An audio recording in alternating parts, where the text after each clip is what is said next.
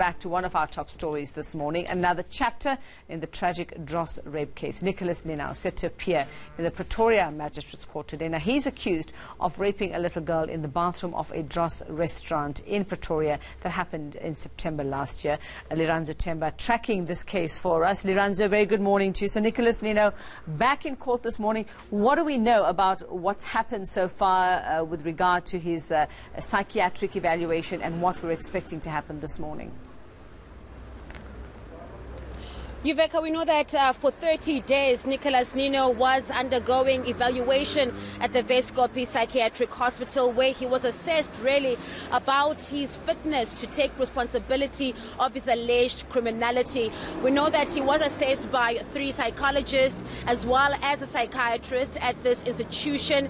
We also know that he was waiting quite a bit for a bed there, but after 30 days, he was declared fit to stand trial, and of course, we are expecting this to unfold today as he makes an appearance at this court behind me. All right. Do we know anything, Lirandzu, about the little girl involved in this case? It's been a couple of months. Any word from her family on how she's doing in all of this? I mean, yes, we can talk about Nicholas Ninow and whether he's fit to stand trial, but just some concern for the little girl and just her condition at the moment. Of course, Yuveka, the little girl has been top of mind for many South Africans who are very traumatized by this incident, this alleged rape at the Dros restaurant in Silverton in September. We know that we are getting information mainly from the activist group Not In My Name, and I'm hoping that I will get more information from Themba Masango, who's going to be giving us an update exactly as to how this little girl is doing. We know that she was deeply traumatized when this incident happened in September, when Nicholas Ninow allegedly forced her into the male bathroom at the Dros restaurant and allegedly assaulted her and raped her. And of course, we know that there was that horrendous video that made its way on the social media circles, where we saw someone with lots of blood on them. And then, of course, I can imagine this will be some of the evidence that we will put forward when the trial kicks off. What I can tell you, though, is that it might be the last time that Nicholas Ninow makes an appearance in this magistrate's court behind me, because just putting in a quick call to the NPA this morning, Yuveka, I've been informed that the prosecution will indicate whether or not they're ready to take this case to the High Court.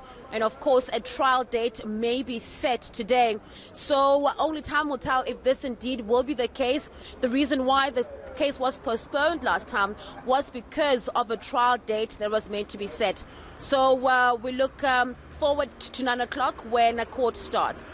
All right, now we know, Lirandzu, that when this case first surfaced, we saw the outrage, we saw the protests, we saw the various groups that came out to voice their outrage over this. Has that sort of petered out somewhat, or are we expecting that to sort of resume and those groupings to appear again to just show how they feel about this case? Well, I remember the first time that Nicholas Ninow made a court appearance in this court, the street here in front of me was, awash with people who were outraged, different groupings, people coming from as far as the East Rand, really bikers as well, people that were here to basically try and make their feelings known about their dissatisfaction and their anger towards this alleged crime. But I am guessing that it's still a bit early to see these groups that we saw. We do know that Not In My Name, which has been really at the forefront of really the campaign against this alleged crime. I know that they've made a commitment that they will be coming here this morning, but so far, well, I haven't really seen any activity. But as I said, it is still a bit early. We might see those groups come through later on. Of course, we know that the ANC Women's League has also been quite vocal about this. In fact, we know that a lot of groupings, total shutdown, have made, or rather have staged silent pickets outside this court before. We also know that there's been NGOs that are focused on the welfare of children who have come down here with the children to just try and persuade the courts not to give Nicholas Ninow bail. And of course, we know that that did not happen. Instead, he was taken to the evaluation at the Vescopi Center just in the east of the capital city. All right, well, let's wait and see what happens later on this morning. Will we get a trial date so we can finally get to the bottom of what led to this very, very disturbing case?